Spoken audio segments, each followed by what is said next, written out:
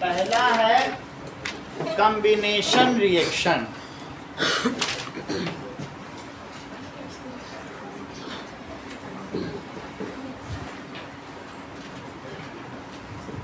So when two or more products, more reactants combine to form one product, then it is called, बात ना करें, it is called combination reaction. इसे योगात्मक अभिक्रियाएं कहते हैं। अगर मान लीजिए A प्लस बी मिलकर C दे दे, या A plus B plus C मिलकर D दे दे, सिंगल प्रोडक्ट बन जाए तो उसे क्या कहेंगे? Combination reaction. इसे एग्जांपल्स देखिए, H2 plus Cl2 gives 2HCl। इसको मैंने बैलेंस भी कर दिया है। कार्बन यानी कोयला अगर एयर में जलाया जाए तो क्या बना देगा? तो कोयले की, that is burning of coal, CO2।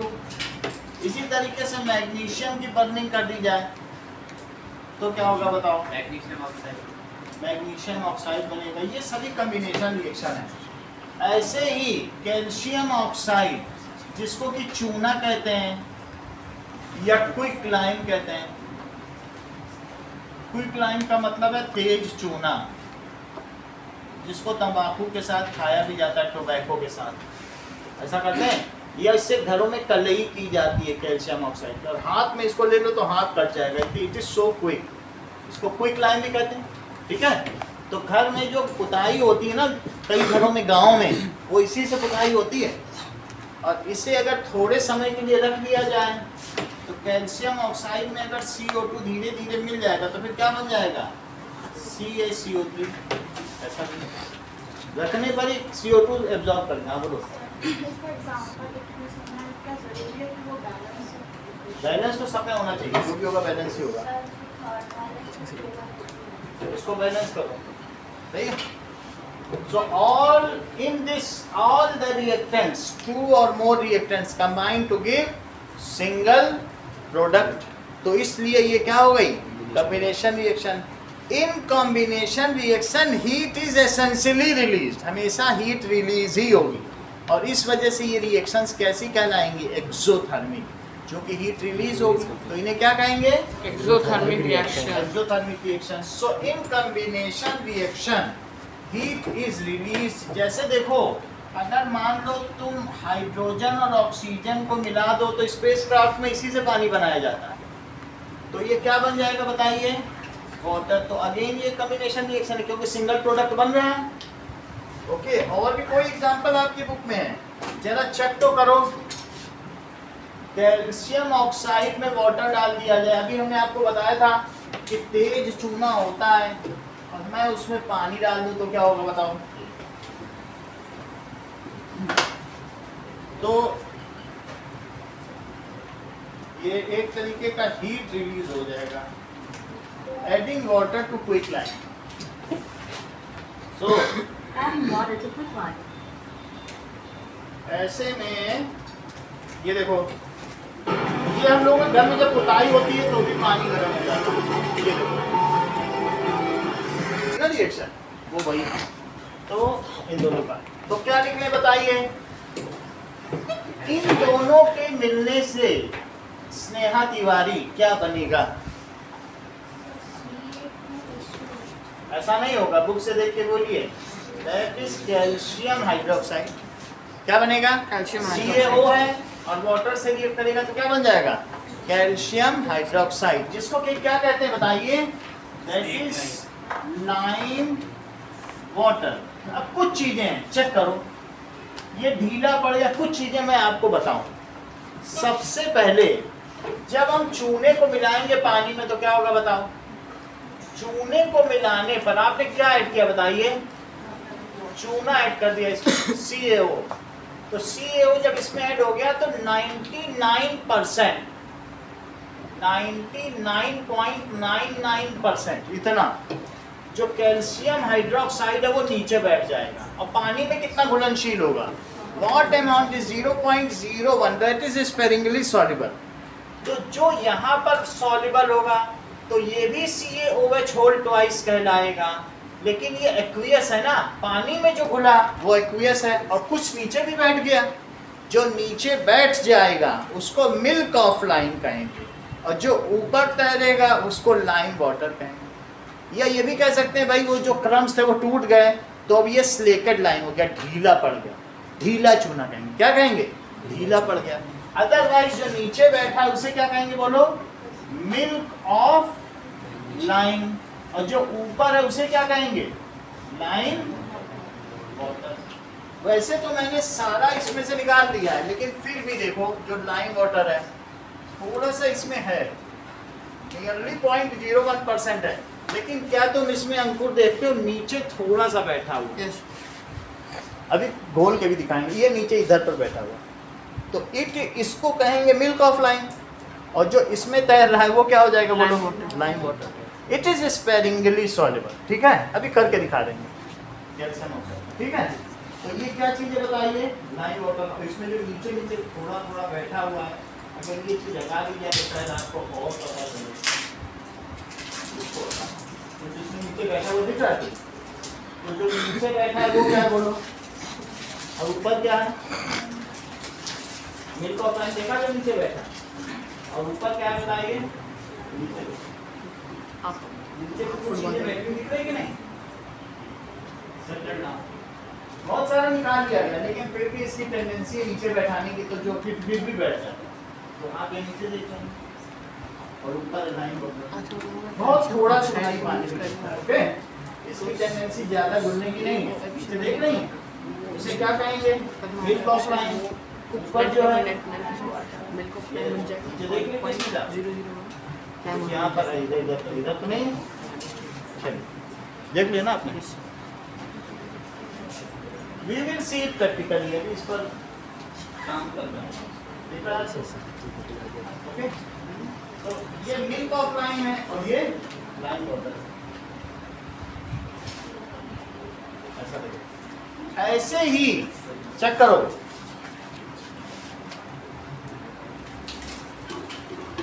ये देखो मैग्नीशियम हाइड्रोक्साइड जानती हो? फुलझड़ी को छुड़ा लो तो उसके बाद जो राख बचती है ग्रे कलर की, MgO, और उसमें वाटर डाल दो।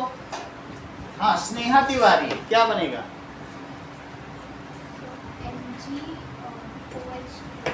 लो, इन्होंने बता दिया कि मॉम बनेंगी। ये हर चीज जानता है। इन्होंने इसको कहा सर ये मिल्क ऑफ मैग्नीशिया, बाजार में मॉम के नाम से बिकता है। जरा चेक करो। वैसे इसका केमिकल नेम क्या बताइए? Magnesium hydroxide. और दूसरा नाम क्या बताइए? Milk of magnesia. वैसे अभी मैंने आपको बताया था मिल्क ऑफ लाइम है, लाइम चूने को कहते हैं। लाइम किसको कहते हैं? चूने। तो चूने का दूध है तो उसे मिल्क ऑफ लाइम कहेंगे, दूधिया चूना। और मिल्क ऑफ मैग्नीशिया है तो उसे क्या कहेंगे बोलो? या फिर इन्होंने इसको देख लिया होगा, यहाँ मॉम लिखा है तब ये बोली होंगी। कैसे ये जान गई इतना? अच्छा, इसमें देखो नीचे ये दूध बैठा है और ऊपर पानी है। पानी दिख रहा है? ऐसे में देखो, दैट इज ऊपर में क्या है? ये वाटर दिख रहा है, यहाँ से देखिए। और नीचे क्या बैठा है बताइए? Milk of magnesia. यही जमाल गोटा है, अगर इसको पी लिया जाए तो दस्त लग जाए। मिल्क ऑफ मैग्नीशिया बाजार में मिलता है, दैट इज फॉर कॉन्स्टिपेशन के लिए यूज होता है। लेकिन आप देखिए ये बहुत गाढ़ा गाढ़ा दूध है नीचे बैठा, ऐसे लगेगा वेरी थिक वाइट कलर। कैसा होगा? वेरी थिक वाइट कलर का गाढ़ा, जैसे दूध को गाढ़ा करना। बोलो, बात समझ में आई? ये तुम नीचे बैठा हुआ देख रहे हो, ये मिल्क ऑफ मैग्नीशिया है। और ये वैसे ही जैसे लाइम वाटर है, इसे मैग्नीशिया वाटर क्या कहेंगे? बात समझ में आ गई?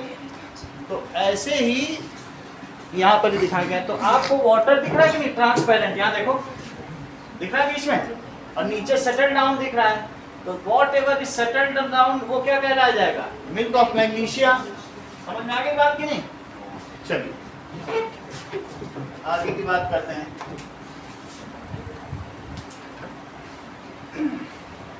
हम लोगों ने अभी तक 6 इक्वेशंस पढ़ ली हैं। आप मुझे 6 इक्वेशंस बता दीजिए, केमिकल इक्वेशन जो हमको कम्बिनेशन रिएक्शन देती है, बताइए।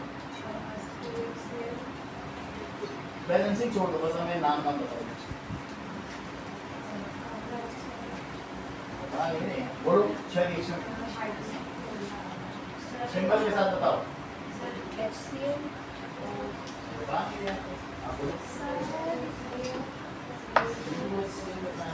बोलो ऐसे बोलो, H2 + Cl2 gives HCl। किसके किसके मिलने से क्या होता है? तब तो रिएक्शन बनेगी ना, बताइए। आप बताओ। H2 + Cl2 gives 2HCl। हाँ। C + O2 gives CO2। हाँ। MgO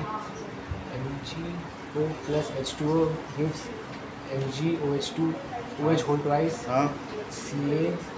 CaO + H2O gives CaOH whole twice। हाँ। काफी बता दी आपने, तो मुझे लगता है 4 बता दिए। ठीक है, और कौन सा बचा है? वाटर का synthesis, that is H2 + O2 gives H2O। और ये कौन सी है? CaO + CO2 that gives us calcium carbonate। These are the 6 examples। There may be many examples, लेकिन ये आपको जो बुक में दिए वही बताएं। आगे देखिए, तो now जैसा कि आपने देखा, एक्सोथर्मिक रिएक्शंस क्या होती हैं? The reactions during which heat is released. अगर आप चाहें तो इन सभी रिएक्शन में यहाँ हीट लिख दें, क्योंकि इन सभी में क्या रिलीज हो रहा है? हीट। तो प्लस हीट का मतलब है कि आपको हीट मिली। हीट दी जाए तो ट्रायंगल, और हीट निकले तो बाद में निकले, वो एंडोथर्मिक की आप बात कर रहे हैं।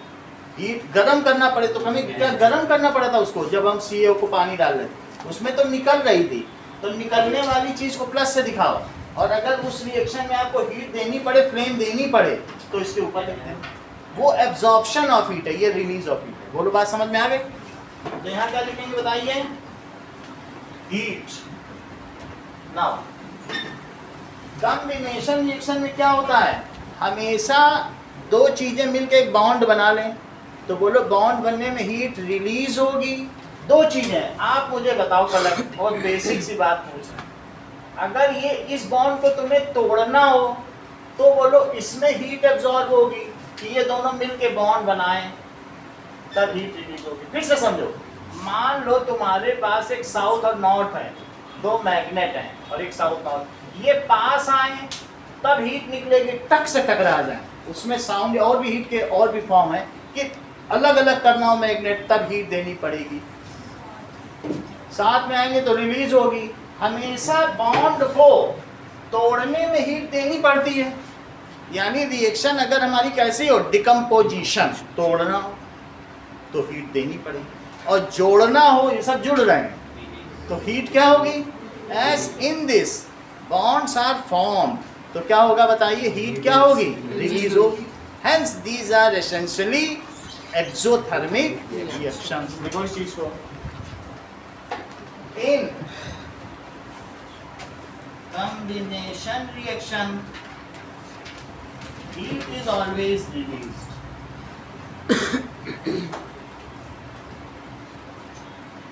so कभी भी जैसे इसमें क्या हो रहा है, A + B मिलकर C बन रहा है, तो इसमें क्या हो रहा है? बहुत सारी चीजें, जैसे पहले अगर हमने कैल्शियम ऑक्साइड था और CaO, इसके साथ अगर ये कह रहा है भाई CO2 कि हम भी तुमसे जोड़ना चाहते हैं, तो बोलो न्यू बॉन्ड बनेंगे कि ये सब इसी में जुड़ जाएगा? तो बॉन्ड जब जुड़ते हैं, बॉन्ड के पास आने पर, ये भी पेन में छोड़ दूं तो बोलो अर्थ के जितनी पास जाएगा, जब अट्रैक्शन होता है तो देखो अभी साफ आवाज आई थी, यही तो एनर्जी है। एनर्जी रिलीज हुई है, तो किसी भी फॉर्म में रिलीज हो सकती है, साउंड के फॉर्म में, स्पार्क के फॉर्म में, कुछ भी हो सकती है। तुमने खुद भी देखा होगा दीपावली में जब Mg और O आपस में रिएक्ट करते हैं तो तुम दीपावली मना लेती हो।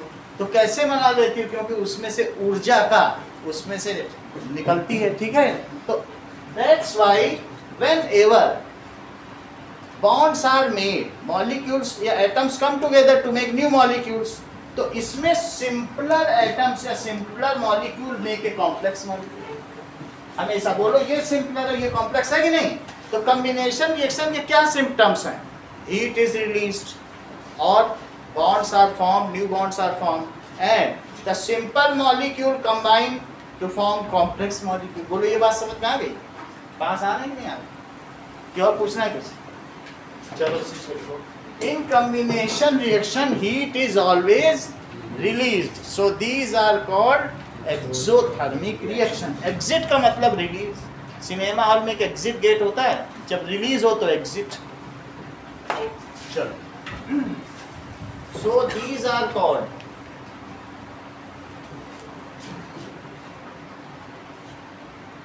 exothermic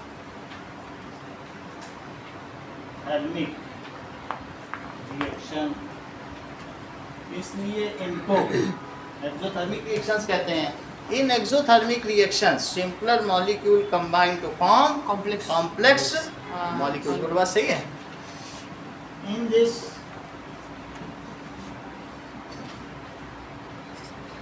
सिंपलर मॉलिक्यूल्स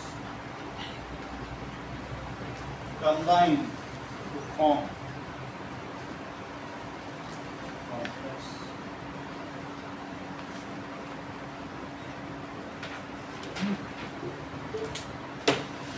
ये हीट रिलीज एक नेचुरल प्रोसेस, ये बात तुम समझते हो।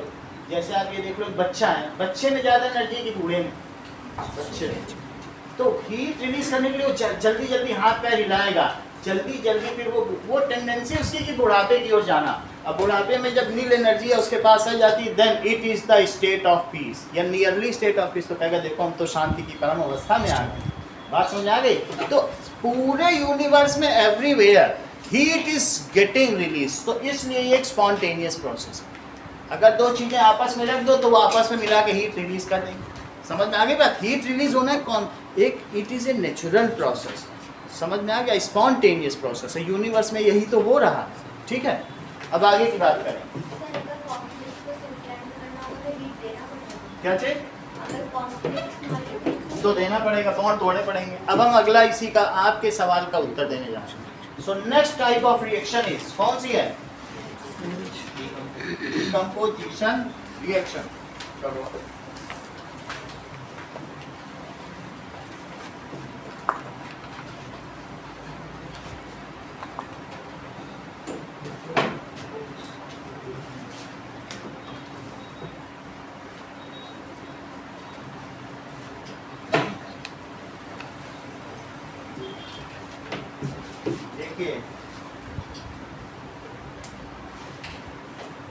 second type of chemical reaction is decomposition reaction। वो योगात्मक अभिक्रिया थी, ये किस तरीके की है? अपघटन अभिक्रिया, टूट जाना, डिकम्पोज हो जाना। What does it mean by decomposition? That means if a single reactant break down into two or more products, ए टूट के बी और सी बना दे, या ए टूट के बी सी और डी बना दे, तो क्या होगा? डिकम्पोजिशन होगा। चेक करें ना, डिकम्पोजिशन रिएक्शन देखो। मान लीजिए in this single reactant, single reactant क्या करेगा? ब्रेक डाउन इनटू टू और मोर प्रोडक्ट्स। जैसे, तो क्या होगा? सच रिएक्शंस आर कॉल्ड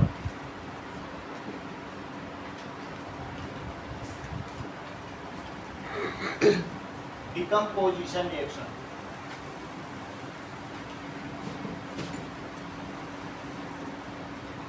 वैसे भी जो हम लोग वेजिटेबल्स हैं वो जब सड़ने लगती तो डिकम्पोजर्स होते हैं ना, उन्हें सिंपलर फॉर्म बदलते ही नहीं, तभी तो मैन्योर बनता है। अब आप ये देख लो कि जैसे ए को तुमने हीट दी, कुछ एनर्जी दी, तो वो किस में बदल जाए, B प्लस सी। तुम हीट किसी भी फॉर्म में सप्लाई कर सकते हो, एनर्जी दे दो या उसको गर्म कर दो या इलेक्ट्रिसिटी भी दे सकते हो।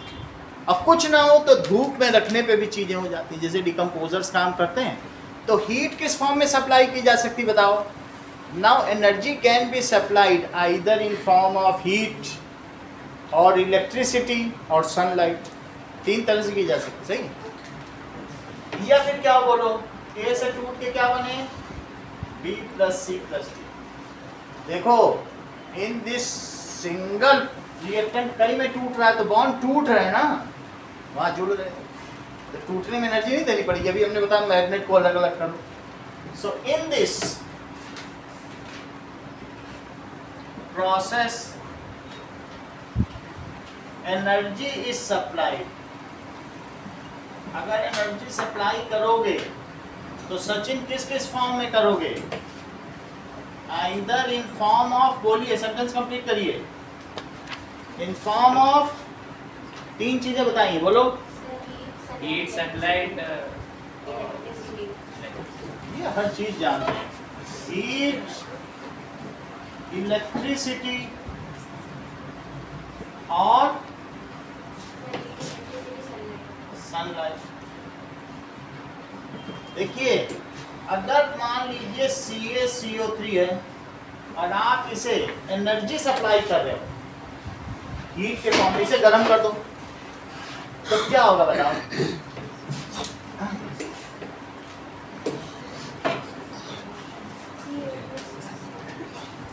अदिति बताइए क्या होगा। CaO plus CO2 CaO plus CO। Plus CO2। ये देखो अब इसमें ये जो हीट सप्लाई गई है वो 2000 डिग्री सेल्सियस। आप राजस्थान के क्या सचिन, देखो बता दिया, यही चीज तो राजस्थान में हो रही है। आप समझिए यहाँ से जो पत्थरों की कटाई हुई, उस पत्थरों की कटाई से लोगों ने मार्बल बना लिए, लेकिन जो छोटे छोटे टुकड़े बने, तो जब तुम ट्रेन से राजस्थान में सफ़र करोगे, मकराना में सफ़र कर लो, मंडोर में कर लो, मंडोर तो मंदोदरी का मायका है, यहीं से तो रावण ले गया था मंदोदरी को शादी करके, तभी तो मंडोर है, और इसीलिए यहाँ रावण का चबूतरा बना हुआ है, उसका आव भगत किया गया। अब जरा देखो, तो इसमें सबसे पहले क्या किया गया बोलिए, इसी के चूरे डाले गए, यही कैल्शियम कार्बोनेट है, मार्बल। मार्बल को क्या कहते हैं, या चॉक हो वो भी कैल्शियम कार्बोनेट है, या मार्बल हो, इन सब का एक ही फार्मूला है, ठीक है। अच्छा, इसको डाल के इसको गर्म करो, इसमें कोयला डाल दो थोड़ा सा, क्या डाला बताइए, CaCO3 प्लस कोयला डाल दिया, कोल, और उसे हीट कर दिया, तो ये गर्म होगा कितने डिग्री पर, जब ये इस पर गर्म होगा तो ये किस में कन्वर्ट हो जाएगा, बोलो टूट के, CaCO3 में से CO2 टूट के अलग हो गया, अब बचा क्या बोलो, CaO को पूरे भारत में चूने के तौर पे सप्लाई किया गया, पूरे भारत में घर की पुताई राजस्थान करवा रहा है। समझ में आ गई बात आपको। तो यहाँ पर सिर्फ लोग इसीलिए करोड़पति हैं क्योंकि यहाँ मार्बल है और मार्बल से चूना बन रहा है, पूरे भारत की सप्लाई राजस्थान से। समझ में आ गई बात आपको। तो दिस इज, यहाँ हीट दिया गया और हीट दे के तोड़ा गया, क्या हीट देकर ही तो एक रिएक्टेंट को तोड़ा गया है, इसलिए इस प्रोसेस को थर्मोलिसिस कहेंगे। थर्मल दिया और लिसिस का मतलब टूटना। So if decomposition reaction is accomplished by supplying heat, then such kind of decomposition is called thermolysis. अगर तुमने बिजली दी, इलेक्ट्रिसिटी दी, तब क्या कहोगी, और मान लीजिए अगर सनलाइट दे दी तब क्या कहोगी, हर चीज जान फोटोलिसिस। तो ये प्रोसेस क्या हो गया बताइए, थर्मोलिसिस हो गया, हीट दे के तोड़ा ना, तो क्या कहलाया बताइए, थर्मोलिसिस। अब अगला देखो, अगर आप FeSO4 लो, बुक में रिएक्शन बनी हुई है, तो इसमें क्या कराया गया, चेक करो कि FeSO4 को सिर्फ हीट कर दो, कैल्शियम कार्बोनेट लिखाने की जरूरत नहीं, यहाँ पर भी रखा है, लेकिन आप लोगों को चूना तो सबको पता है, राजस्थान वालों को क्या दिखाना। लाओ अब देखिए, दैट इज FeSO4। देखो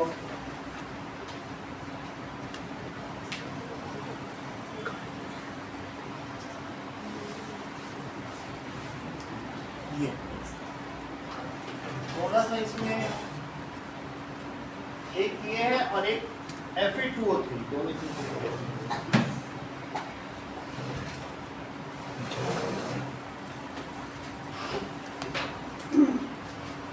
ये लाइट ग्रीन कलर का होता है, इसमें थोड़ा सा हल्का ग्रीन ही है, लेकिन इसमें हल्का सा पानी उड़ गया है, वाटर के उड़ने से इसका कलर हो गया। बात समझ में आ गई? तो इसका कलर कैसा होगा वीडियो में देख लेना। कैसा कलर होता है बताइए? Light green. इसको गर्म करेंगे तो Fe2O3 that is iron rust. जंग देखी तुम लोगों ने आयरन में, इसी कलर की लगती है। तो इसको गर्म करने से क्या होगा बताइए? Ultimately it is converted into iron rust. जैसे मान लीजिए कि इसको करके भी दिखाएंगे आपको कि कैसे होता है, वीडियो में भी देख लेना, करके भी दिखाएंगे। चलिए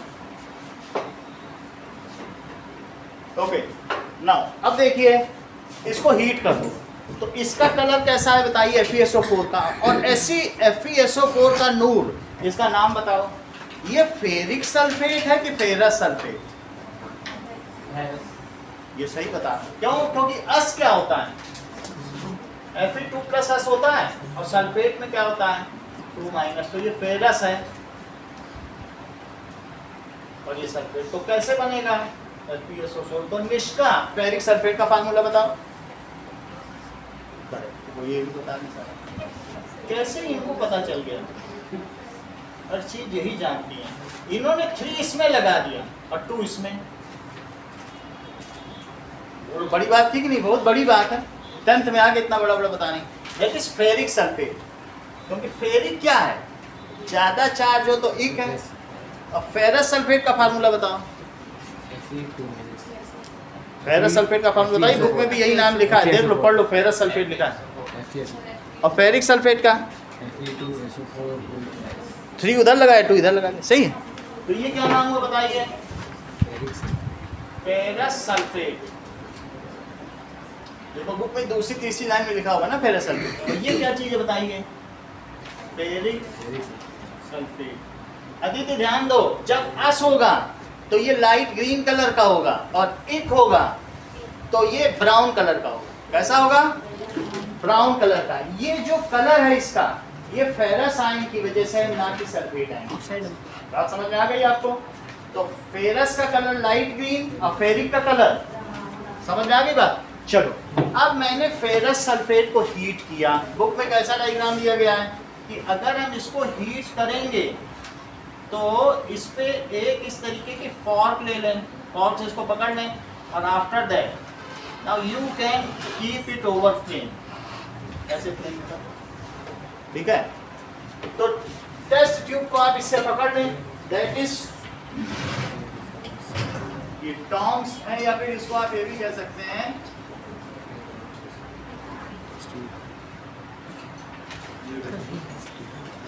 और इसको फ्लेम में गर्म करो। इसमें लेकर के फेरिक सल्फेट पे क्या करिए? फ्लेम में गर्म करें।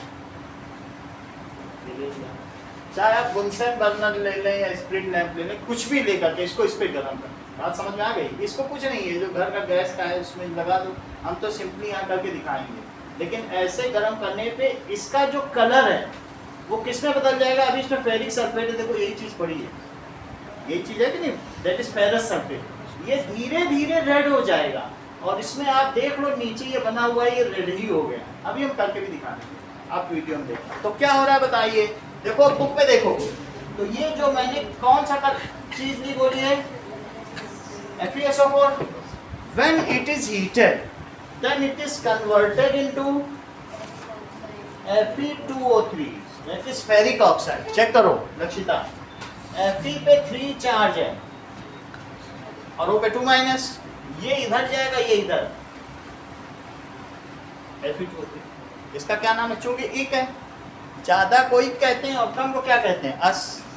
तो दिस इज फेरिक ऑक्साइड। अगर तुमको इसके नाम में दिक्कत आती है तो आप आयरन भी लिख सकते हो, आयरन 3 ऑक्साइड। दोनों बात समझ में आ गई? ऐसा भी लिख सकते हो। और इसे क्या लिख सकते हो? आयरन 2 सल्फेट, रोमन नोटेशन या स्टाफ नोटेशन में भी लिख सकते हो। सही। तो इसका दूसरा नाम क्या हो सकता है बोलो? Iron 2 sulphate. अच्छा, और इसमें से गैस क्या निकलेगी? अब ये FeSO4 किसमें कन्वर्ट हो गया? Red brown. Fe2O3 किसमें कन्वर्ट हो गया बोलो? Fe2O3 जो कि रेड ब्राउन कलर का है, यानी आयरन रस्ट। और पहले इसका क्या कलर था? Light green. इसके कलर पे केस स्टडी आती है, इसीलिए पूछ रहा हूँ, अभी फिर से पूछ रहा हूँ। अच्छा, इसमें दो गैस निकलेंगी, सल्फर डाइऑक्साइड और सल्फर डाइऑक्साइड। इसमें से दो गैस निकलेंगी। तो ये जो हमने टेस्ट ट्यूब ली है, क्या इसको ऐसे गर्म करना ठीक रहेगा कि नहीं? बोलो। ऐसे कभी ना गर्म करना, क्योंकि ऐसे 3-4 बच्चे चक्कर खा के स्कूल में गिर रहे हैं डेली। अपनी तरफ अगर तुमने SO2 SO3 गैस ली, देखो मेरी नाक की तरफ है, ऐसे करना।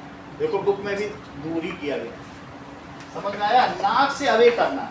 It should not be smell. ठीक है? क्यों ऐसा करना है? इसका रीजन देखो।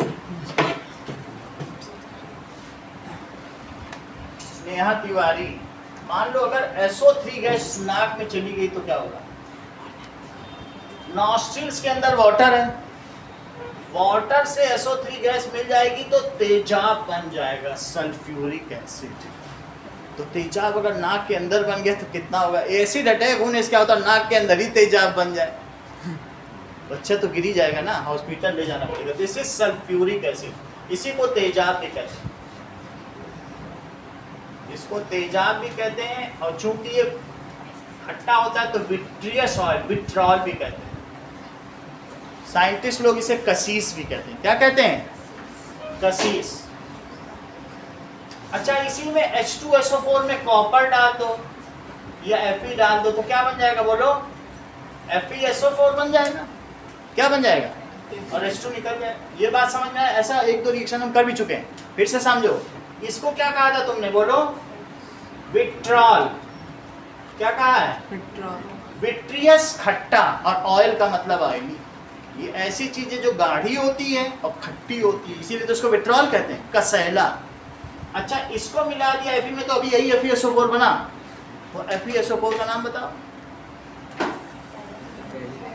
वो पहले बताएं, उनका पहले। उन्होंने ग्रीन विट्रॉल बताया, बोले उसका कलर कन्वर्ट हो गया ग्रीन में, तो इसका क्या नाम पड़ गया? ग्रीन विट्रॉल, हरा कसीस। क्या बन गया? अच्छा, एक चीज और पूछेंगे, तुम इतना अदिति बता ही रही हो, अगर इसने कॉपर से रिएक्शन कर ली, लो नीला कसीस, इसको क्या कहते हैं? Blue vitriol. वैसे तो कॉपर सल्फेट है, लेकिन इसका नाम क्या है? ब्लू विट्रॉल, नीला कसीस। नीला कसीस। यहाँ ब्लू कलर का तुम कुछ देख रहे हो, वहाँ डिस्प्ले में ब्लू कलर का कुछ दिख रहा है? Copper sulphate. अगर दिख रहा है तो वो कॉपर सल्फेट ही है। सही है? ये देखो, तो CuSO4 का दूसरा नाम क्या बताइए? Blue vitriol. और FeSO4 का दूसरा नाम क्या है? Green vitriol. सही है? विट्रॉल का मतलब है ये विट्रियस ऑयल से बना है या H2SO4 से बना है। दोनों का नाम समझ में आया? तो आगे देखिए। चलो, SO2 का नाम बताओ स्नेहा बिश्नोई। बताती नहीं हो तो चीजें छिपा रही, आप बोलो। SO2 का सल्फाइड है। ये इंटेलिजेंट निकले। आप बोलो। Sulphur dioxide. और ये सही है? ये दोनों गैस हैं, एसिडिक गैस, एसिड्स है ना। फिर से देखो, अगर SO2 भी गई तो भी नाक के अंदर SO2 चली गई, तो मुझे बताओ H2SO3 बना। सही है? पहले सचिन इसका नाम बताएंगे। सचिन इसका नाम बताओ। आयुष अभी चुप रहना, तुमको पहले पता नहीं। ये ज्यादा अच्छा कह रहे हैं। आप बोलो आयुष। वैसे आप थे नहीं उस क्लास में, फिर भी बताओ। हाँ अदिति बताओ। जो बताओ, उस दिन आप थे नहीं। दैट इज, इन्होंने ये बात कह दी कि SO3 2- को क्या कहते हैं? Sulphide ion. वैसे ये हाइड्रोजन सल्फेट है। सल्फेट आयन किसे कहते हैं? SO4 2- को क्या कहते हैं? तो ये हाइड्रोजन सल्फेट और ये क्या हुआ SO3 है कि नहीं, तो इसका नाम पड़ गया हाइड्रोजन सल्फाइड। वैसे इसका दूसरा नाम है अगर वाटर में डाल दिया जाए तो सल्फ्यूरस एसिड। वो सल्फ्यूरिक एसिड था और इसका क्या नाम पड़ेगा सल्फ्यूरस एसिड। सही देखो सल्फ्यूरस। इसको बैलेंस करो, इसको कैसे बैलेंस करेंगे? 2Fe है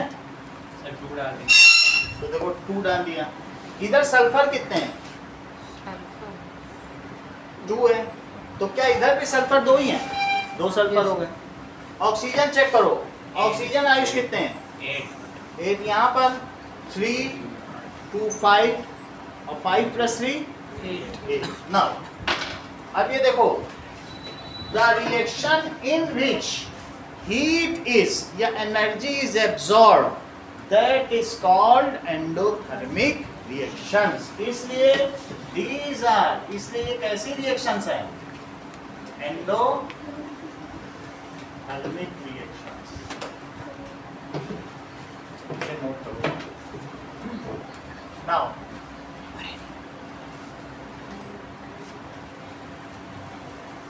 इसे नोट कर लेना, the reaction in which energy is absorbed. Endothermic reaction का नाम लिखो।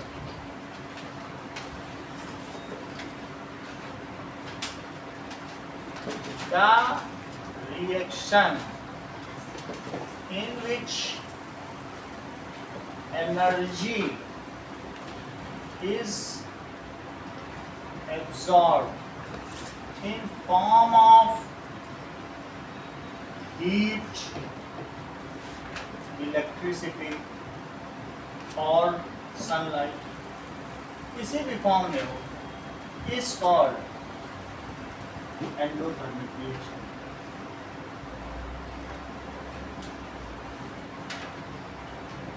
अगर तुम एंडोथर्मिक रिएक्शन हो रही और टेस्ट ट्यूब हाथ में पकड़े हो तो धीरे धीरे वो तुम्हारे हाथ से एनर्जी एब्जॉर्ब कर लेगा, तुम्हें ठंडा लगने लगेगा, ये तो बिल्कुल ठंडा हो गया।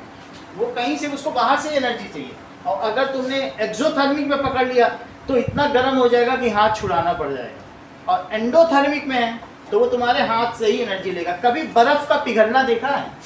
वो तुम्हारे हाथ से एनर्जी लेकर पिघल जाती है। तो बोलो मेल्टिंग ऑफ आइस कैसे प्रोसेस है? एंडोथर्मिक। समझ में आ गई बात की नहीं? तो ऐसा प्रोसेस जिसमें तुम्हें कूलनेस लगे वो कैसा प्रोसेस होगा? Endothermic reaction. अब आपको कुछ चीजें बतानी है। Right chemical name of that is vitriol, green vitriol, blue vitriol. ठीक है, इतनी चीज। Second, define combination reaction and write 6 balanced reaction for it।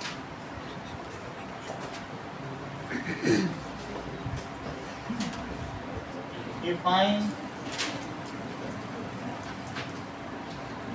decomposition reaction and write 2 balance reactions। इतना काम करो।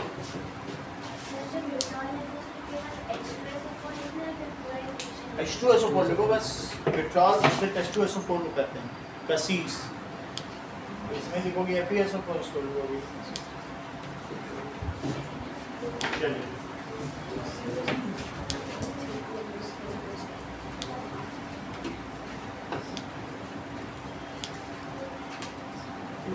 बैलेंस्ड इक्वेशन लिखो, रिएक्शन।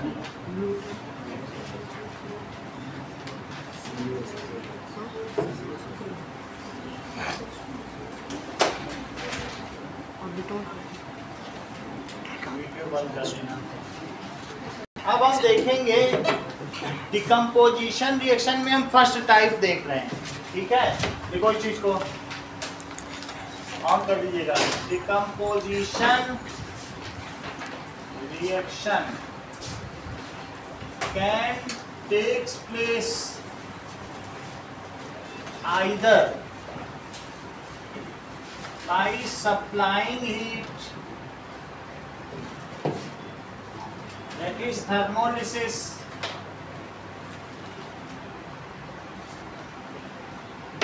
supplying electricity,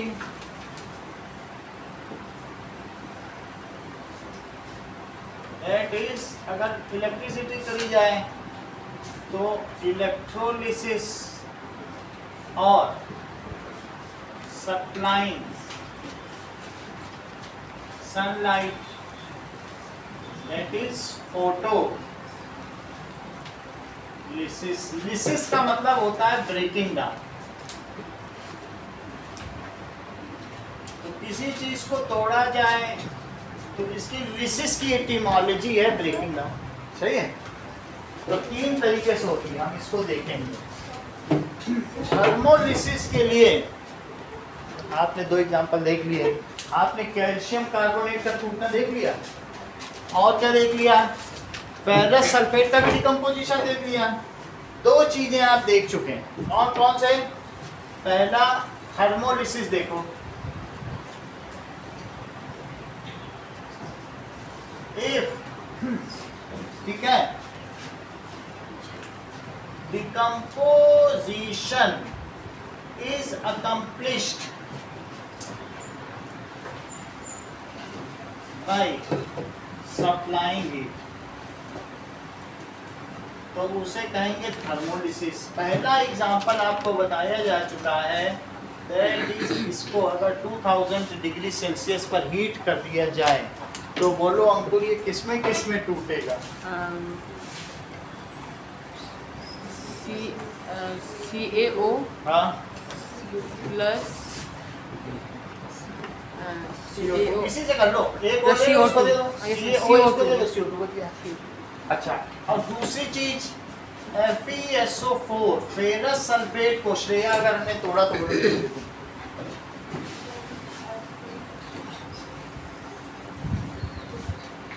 लक्षिता, आप बताओ। हर्षिता, दैट इज Fe2O3 का नाम क्या है? और SO2 और SO3, सही है। इसको मैंने बैलेंस कर दिया। Mayank, what will happen if FeSO4 ferrous sulphate is heated? What are the product form? Ayush बताइए, जब फेरस सल्फेट को हीट किया जाएगा तो क्या करेंगे? बोलो सचिन। फेरस सल्फेट को अगर ऊष्मा दी जाएगी तो हमको कौन कौन से उत्पाद प्राप्त होंगे? Ferric oxide plus sodium dioxide plus sodium trioxide. Sodium में मतलब सल्फर मिलता है, सोडियम कहाँ इसमें लिखा है? सही है। चलो, 2 रिएक्शन हो गई। तीसरी चीज देखो, तीसरी चीज है PbNO3 lead nitrate. Lead nitrate को हीट करोगे, इसका व्हाइट कलर है, लेकिन हीट करोगे तो ये येलो कलर के लिथार्ज में बदल जाएगा। दैट इज लेड नाइट्रेट, दोनों का कलर पहचानना चाहिए, ठीक है। So let us see both kind of salts. Lead oxide बन जाएंगे। तो ये देखो, ये येलो कलर का, तो एक लेड नाइट्रेट देख लेते हैं इसी में।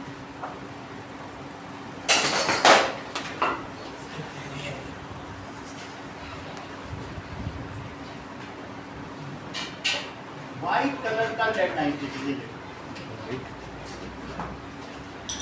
ठीक है। इसका फैमिलियराइजेशन जरूरी है। ये व्हाइट कलर का है, दैट इज लेड नाइट्रेट है, ठीक है। वीडियो में भी देखेंगे। जब इसे गर्म करेंगे व्हाइट कलर के लेड नाइट्रेट को, तो ये किस में बदल जाएगा? PbO, दैट इज लिथार्ज इसका नाम है, या फिर लेड ऑक्साइड। ये किस में बदल जाएगा? इसको गर्म करेंगे तो सही है? तो जरा देखो क्या क्या होता होगा।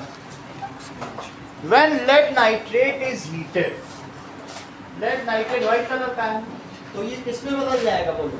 PbO, जबकि येलो कलर का, सही है? इस कलर में बदल जाएगा। क्या क्या होता होगा? लेड नाइट्रेट को हीट करने के लिए इसमें बदलेगा, ओके?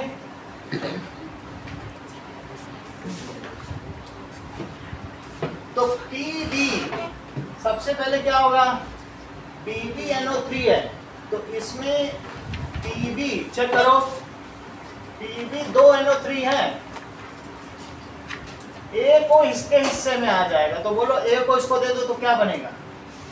PbO, NO2 बच गया, NO2 के 2 मॉलिक्यूल बनेंगे और साथ में फिर ऑक्सीजन भी बच जाएगी, तो O2 बन जाएगी, 3 चीज बनेंगी।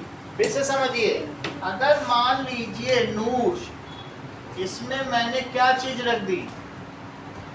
PbNO3 होल ट्वाइस, जिसको कि क्या कहेंगे? Lead nitrate. फिर से देखो, लेड की वैलेंसी क्या है और नाइट्रेट की वैलेंसी क्या है? इसका 1 इसको जाएगा, इसका 2 उसको जाएगा, तो NO3 पे क्या लग जाएगा? और इसका कलर क्या है? व्हाइट सॉल्ट है, और उसको हीट कर दीजिए। After heating it forms lead oxide. Lead oxide देखो, Pb पे 2+ और ऑक्सीजन पर 2-। अगर ये सिंपली भी कंबाइन कर गए तो न्यूट्रलाइज कर देंगे, तो इसको कहते हैं PbO। हाँ देखो, ये A को इसको मिल गया, समझ आई बात कि नहीं? NO3 है कि नहीं? तो इसने कहा भाई हमको A को अपना दे दो, तो इसने दे दिया। फिर बोला मेरे पास क्या बचा? NO2, तो एक ये NO2 बन के और A को इसको दे दिया। बोलो बात समझ आई? अब ये क्या है बोलो? NO2, तो बोला ये एक NO2 बन रहा है, हम 2 बन जाते हैं, 2 NO2 बन गए। अब इसके पास क्या बचा? O, वो लेने वाला कोई नहीं है, तो बोला ठीक है तुम हाफ O2 बन जाओ। ये सब हम बाद में देखेंगे, 3 चीजें बनती हैं, वो सब हम देखेंगे। लेकिन बनता क्या क्या है देखो, अगर तुम इसको हीट करोगे तो श्रेया बोलो क्या क्या बनेगा? इसमें से एक रेड ब्राउन कलर की गैस, कैसी गैस निकलेगी? रेड ब्राउन कलर की वो गैस होती है NO2। और साथ में क्या निकलेगी? ऑक्सीजन। ऑक्सीजन तो कलरलेस होती है। और इसमें जो PbNO3 है वो किसमें कन्वर्ट हो जाएगा? PbO। इसका व्हाइट कलर किसमें कन्वर्ट हो जाएगा? येलो में। अच्छा, ये जो नाइट्रोजन डाइऑक्साइड गैस है, तुमको क्या लगता है लक्षिता, ये कोई एसिडिक गैस होगी कि ऐसे नॉर्मल होगी? इसको अगर हम नोज के पास रख के करें तो क्या काम चलेगा? इसमें भी अगर वाटर मिल जाए तो ये HNO3 बनाता है। What it makes? HNO3। तो इसलिए ये कैसी गैस होगी? बाकी बैलेंस बाद में किया जा सकता है। However this is a kind of nitric acid बना दे रहा है। क्या बना दे रहा है? Nitric acid. तो नाक में तो वाटर होता ही है, मॉइस्चर, और NO2 गैस अगर अंदर जाएगी तो वही हम चक्कर खा के गिर जाएंगे। इसलिए लेड नाइट्रेट को हम यहाँ पर गर्म करते हैं तो क्या होता है, कमरे में थोड़ा एक तरीके से अनइजीनेस हो जाता है। बात समझ में आ गया कि नहीं? क्योंकि जैसे अगर थोड़े स्केल में भी किया जाए, फिर भी अगर इसे गर्म करेंगे तो NO2 को नाक के पास, और अगर जा भी रहा है तो लोग जैसे बुक में दिया हाथ से ऐसे ऐसे किया जा रहा है। एक फिगर में दिया है कि नहीं, हाथ से वो वेपर्स को हटा रहा है। देखो चेक करो पहले फिगर में, तो इस तरीके से। अब ये चीज बताएंगे Nishka, what happens when lead nitrate is heated. It gives 3 product. कौन कौन से बोलो?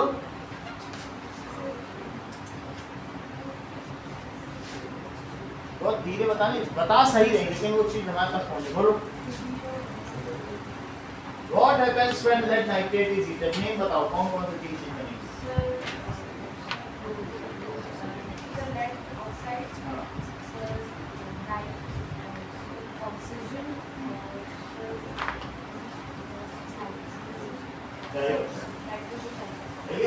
What happens when lead nitrate is heated?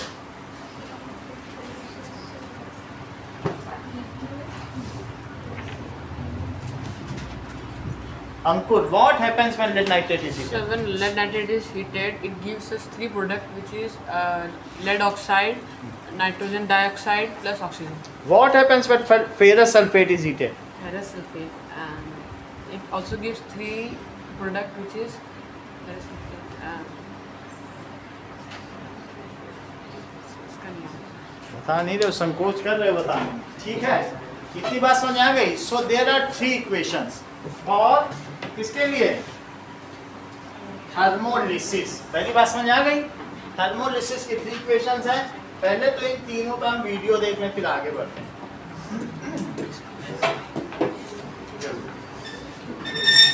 इसको बैलेंस करो। इधर कितने नाइट्रोजन है? 2। इसको क्या कर दें? 2 कर दें। इधर लेड कितने हैं? 1 है। सचिन समझ में आया? Yes sir.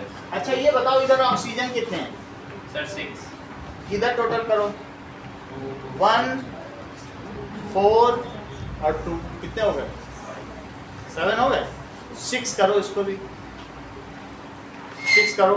आदित्य 6 करो। बोलो। ये देखो ये बोले इनको, इन्होंने कहा कि हाफ कर दो। बहुत बड़ी बात है। 10th में कितना ये डेक्स्ट्रस है, कितने दक्ष हो गए। 1 4 1 हो गया कि नहीं? हाफ को तो बाद में अकेला पाके हाफ कर दो उसका, कह दो ठीक है तुम आधे रहे, अब फिर 2 से मल्टीप्लाई कर दो। ये तो हम करते ही आए हैं पूरे चैप्टर में। 6 हो गया कि नहीं? अब इस पूरी रिएक्शन में किससे मल्टीप्लाई कर दो? 2 से करो। PbNO3 4 ट्वाइस जब हीट किया जाएगा तो 2 PbO प्लस 4 NO2। ये देखो बुक में यही रिएक्शन लिखी होगी, बैलेंस कर दो। ओके, अब आगे की बात देखिए।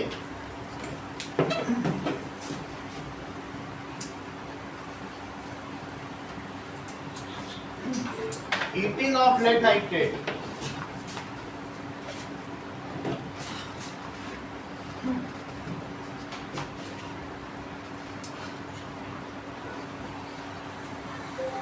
इलेक्ट्रोलिसिस। अभी तुमने क्या देखा? थर्मोलिसिस। अभी हमने तापीय अपघटन देखा है, अब हम विद्युत अपघटन देखेंगे। That is electrolysis. इलेक्ट्रिसिटी के द्वारा किया जाए तो क्या कहेंगे? If decomposition is accomplished by supplying electricity तो क्या कहेंगे? Electrolysis. Electrolysis.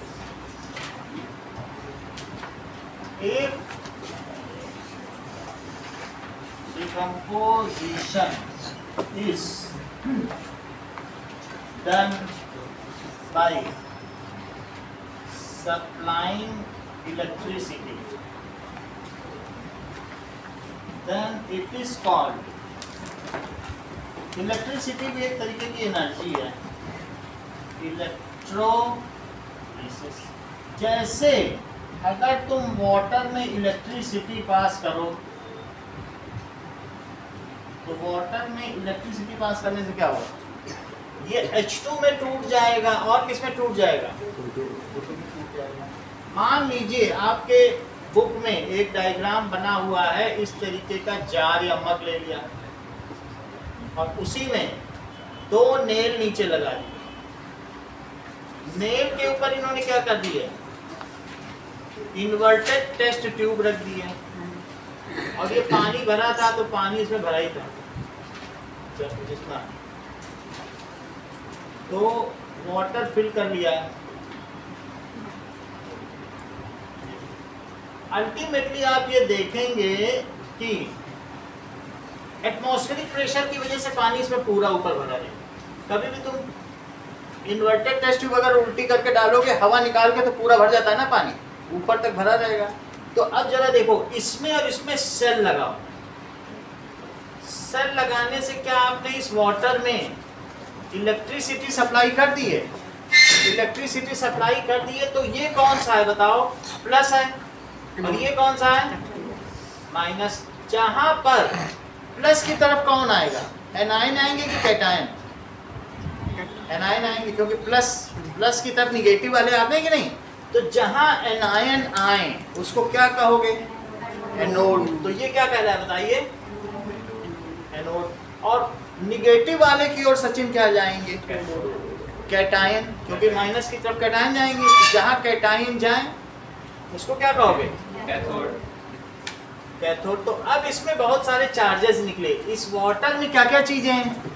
वाटर में देखिए, वाटर में मान लीजिए मैंने 2 इलेक्ट्रोड बना दिए, तो वाटर में H प्लस भी होता है। वाटर को अगर तोड़ा जाए तो ये 2 चार्जेस में टूटता है। कौन कौन से चार्जेस में?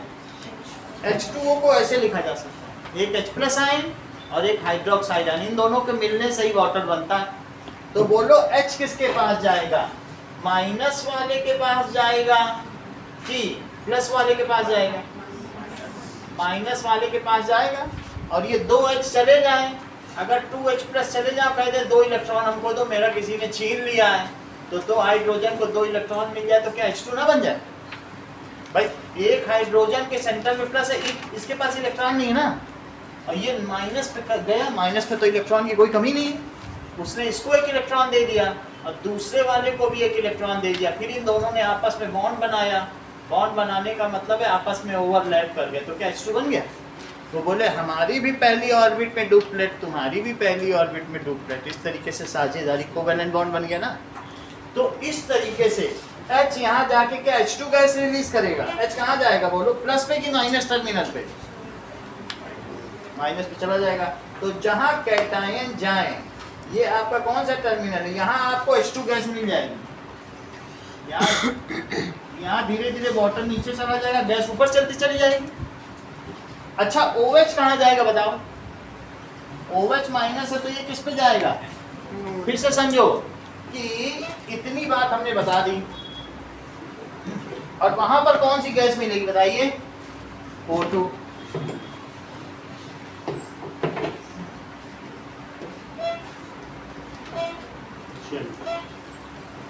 पहले हम इस चीज को देखें तो फिर आगे समझें। 2 मिनट रुको।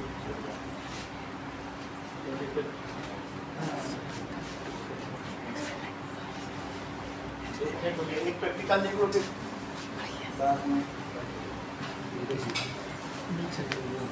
देखो, उस दिन तुमने वो लिए थे ना लेड पेंसिल, वो फिर टूट गए। अब मुझे फिर से इसको मंगाना पड़ा। वो रखा है, वो मैंने उसको सीधा किया, उसकी लेड उससे टकरा के टूटी गई। एक और है, अब उसको बना लेंगे, इनसे फिर ले लेंगे। ये हमारे होलसेल सप्लायर है। चलो ना, अब देखिए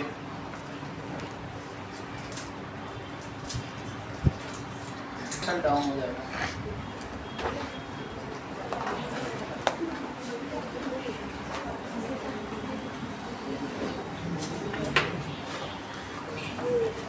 ओके, बस 2 मिनट। 2H2O, अगर 2H2O में इलेक्ट्रिसिटी पास की जाए तो क्या होगा?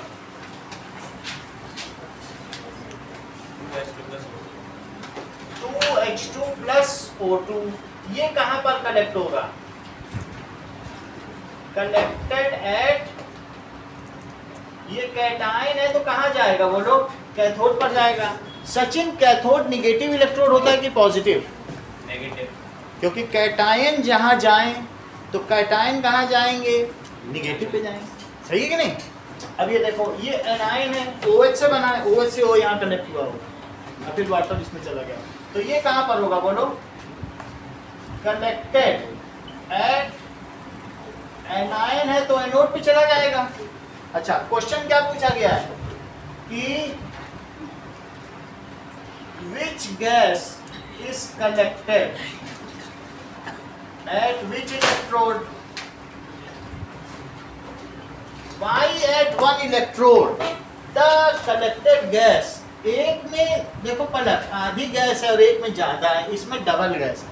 तुमको क्या लगता है बोलो, ये वाली हाइड्रोजन होगी कि ये? तुमने अभी तो दोनों प्रोसेस देखे हैं होते हुए, जिसमें ज्यादा गैस कलेक्ट हुई है वो कौन सी होगी?